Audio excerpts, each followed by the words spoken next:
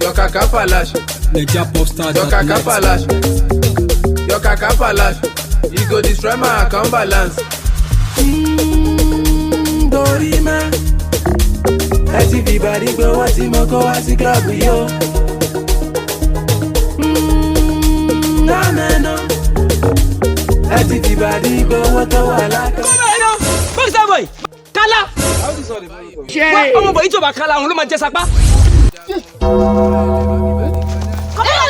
Ọmọ àṣẹṣẹ ti jẹ fún màsí tó ju ó ti lọ. Level pass level. Ọmọ àṣẹ ti lárí mọ́. Now we dey give wahala problem. Àjẹfẹ́jọ́ àná dey lose. Torí pé máa fi para jà. Wọ́n ṣọ̀ṣẹ́ máa gbà bí ẹni tó mu paraga. Kẹ́mẹ́ mọ̀ pé èmi tó gbẹnu agan ńlá cocaine. Tẹ́ bá lọ bẹ́ sí wa pé púlọ̀fà làwọn eku tí wọ́n máa fi kó bọ̀ wá. Jẹ́jẹ́ inside life. Make you no go pass your lane. Bẹ́ẹ̀ bá ṣe bí wèrè, a máa fi yín lákàlàkà. Ó máa náwó ẹ̀ máa sáré kábàkábà. Ẹ wá ẹgbẹ́ mọ́lá ní tẹ́ bá gbọ́ wá kàṣe kèbàmsá. A máa fi pàjẹ́ lẹ̀kùn tó ipá wò ní ìdíkà máa wá kì. Àwa ìka ìyẹn eku makanaki. Rodo, mamẹ́, pepper dem. Afinigi lọ́pàá ká máa mọ fruits tó máa mú jáde. Ìyẹn ní pé olè yín tó sá wọlé pásítọ̀ ẹlẹ́bi. Suits ló máa mú jáde. Ìyẹn ní jungle mafians. Ó máa ṣe wash kẹlẹbẹ. Lọ́wọ́ àjẹ federal. Igbákejì general mafia. Ìyẹn ní pé ìjáwọ́ ìjà òsì. Always guiding. Your kaka palash. Nigeria Popstar. Your kaka palash. Your kaka palash. You go destroy my account balance.